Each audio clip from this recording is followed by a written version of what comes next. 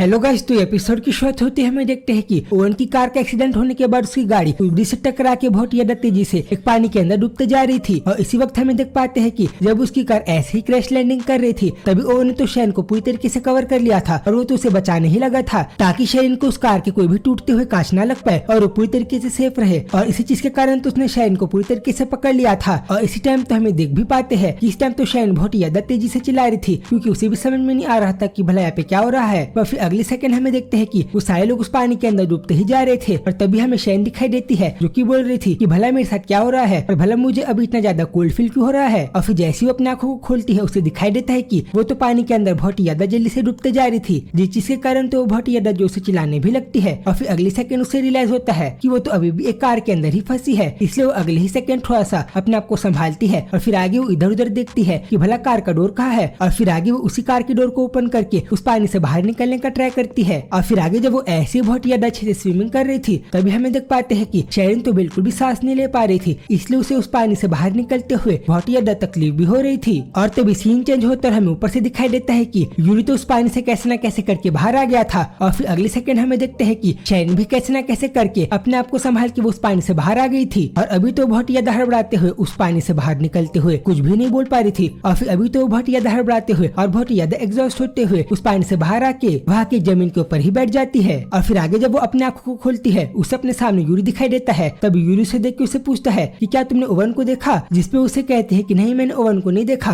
और जैसे यूरी सुनता है वो तो खुद बहुत ज्यादा हैरान हो जाता है और फिर आगे वो बहुत ज्यादा जोर से चिल्लाता है कि ओवन तुम भला कहाँ हो और क्या तुम सेफ हो। और तभी उससे रियलाइज हो गया था कि ओवन तो उस पानी से बाहर नहीं आया है। तभी उसको इसी तरीके से चिल्लाता हुआ देख शैन भी खुद बहुत ज्यादा कंफ्यूजन में पड़ गई थी कि भला अभी ओवन कहाँ पे है और क्या वो सही हाल में है भी। और फिर अगली सेकंड तो बहुत ज्यादा चिंता में भी पड़ जाती है। और फिर आगे उसे वही पानी के अंदर वो डूबती हुई कार दिखाई देती है जहाँ पे तो ओवन नहीं था, जिसका मतलब यह है कि वो शायद से उस पानी के अंदर ही डूब रहा है। और फिर तभी हमें ऐसे ही ओवन उस पानी के अंदर बहुत ज्यादा तेजी से डूबता हुआ ही दिखाई देता है। और इस टाइम तो वो अपने आप को बचाने का भी ट्राई नहीं कर पा रहा था, जैसे कि वो पूरी तरीके से बेहोश हो। और इस टाइम तो उसने अपने आंखों को भी क्लोज रखा था और वो पूरी तरीके से उस पानी के अंदर डूबता ही जा रहा था। और फिर आगे जब इसी समय ओवन ऐसे ही डूबते जा रहा था तभी हमें देख पा रहे थे कि शेरिन और यूरी दोनों ही बहुत ज्यादा शांत हो गए थे। तभी अगले सेकंड यूरी बहुत ज्यादा घबराते हुए शेरिन को बताता है कि तुम्हें पता है ओवन को तो स्विम करना भी नहीं आता है, इसका मतलब वो कैसे बचेगा ये तो मुझे खुद नहीं पता। तभी फिर जैसी शेरिन ने बात को सुनती है कि ओवन को स्विम करना नहीं आता तो अगले सेकंड खुद उस पानी के अंदर जंप कर जाती है, जिस चीज को यूरी भी बहुत ज्यादा अच्छे से दिख रहा था। तभी आगे सीन चेंज होता है और हम देखते हैं कि ओवन सोच रहा था कि भला मुझे यहाँ का पानी इतना ज्यादा कोल्ड क्यों लग रहा है। और तभी उसे अपने पास की वो मेमोरीज भी याद आती है जहाँ पे उसके पुराने टाइम के लोग उसे पानी के अंदर डूबा के ही तंग किया करते थे। और फिर इसी चीज को याद करते हुए वो बोलता है कि अभी तो मुझे ऐसे लग रहा है जैसे कि मुझे पहले के टाइम में फील होता था।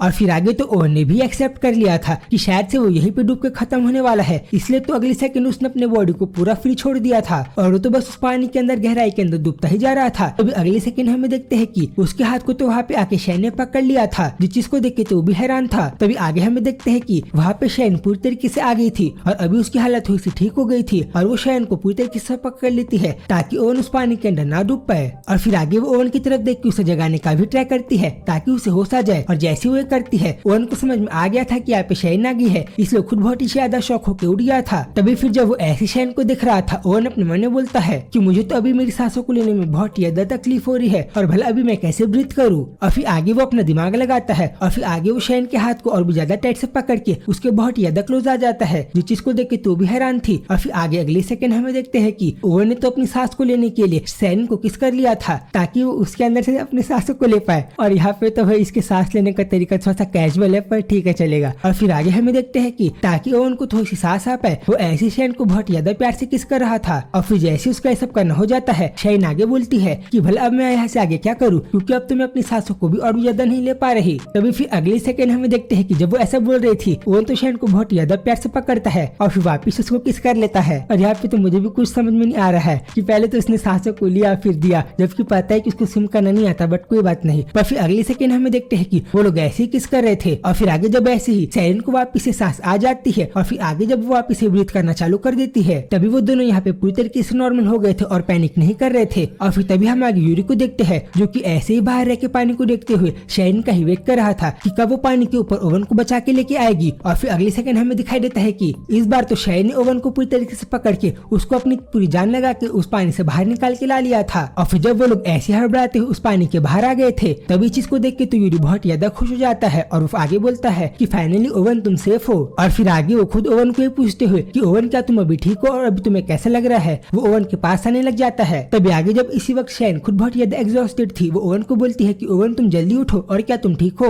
और अभी तो मुझे खुद सांस लेने में बहुत ज्यादा डिफिकल्टीज हो रही है क्योंकि मैंने अपने सांस को अभी इतनी ज्यादा देर तक रोके जो रखा हुआ था और अभी थोड़े टाइम पहले मुझे जो इतनी ज्यादा ठंडी जो लग रही थी। जिसके बाद हमें देखते हैं कि ओवन ने शैन को पकड़ के यूरी के हाथ में दे दिया था, वो भी ये बोलते हुए कि अब तुम इसे संभालो। जिस चीज को देख के यूरी से बोलता है कि हाँ मैं तुम्हारी ये बात को समझ रहा हूँ, और फिर आगे वो जल्दी से उस पानी के बाहर निकलता है। तभी फिर अगले सेकंड हमें देखते हैं कि ओवन ने शैन को यूरी को पकड़ाने के बाद वो खुद उस पानी से बाहर निकलता है और फिर आगे वो ऐसे चलते हुए उस ब्रिज के नीचे जाके खड़े हो जाता है। और फिर आगे वो ऐसी रात के समय बहुत ज्यादा अच्छे से उस ब्रिज को देखने लगता है जहाँ पे नहीं पता कैसे किसी ने तो उन लोगों के पीछे हमला किया था, जिस चीज के कारण वो लोगों का एक्सीडेंट हुआ है खतरनाक सा, और आगे लोगों की जान अभी जाते जाते बची हुई है। तब यूरी पीछे से ओवन को बोलता है कि ओवन तुम भला सब क्या कर रहे हो और क्या तुम्हें यहाँ की सिचुएशन समझ में आ गई है। तभी ओवन तो उसे कुछ रिप्लाई नहीं देता पर वो उसे साइड से देखता है और फिर आगे वो उस जगह से जाते हुए उसे बोलता है कि अगर तुमने शैन को कुछ होने दिया और अगर गलती से कहीं शैन खत्म हो गई तो फिर तुम देखना मैं तुम्हें छोड़ूंगा नहीं, और हाँ अगर ऐसा गलती से भी हुआ तो मैं तुम्हें कभी भी माफ नहीं करूंगा, तुम्हें याद रखना यूरी।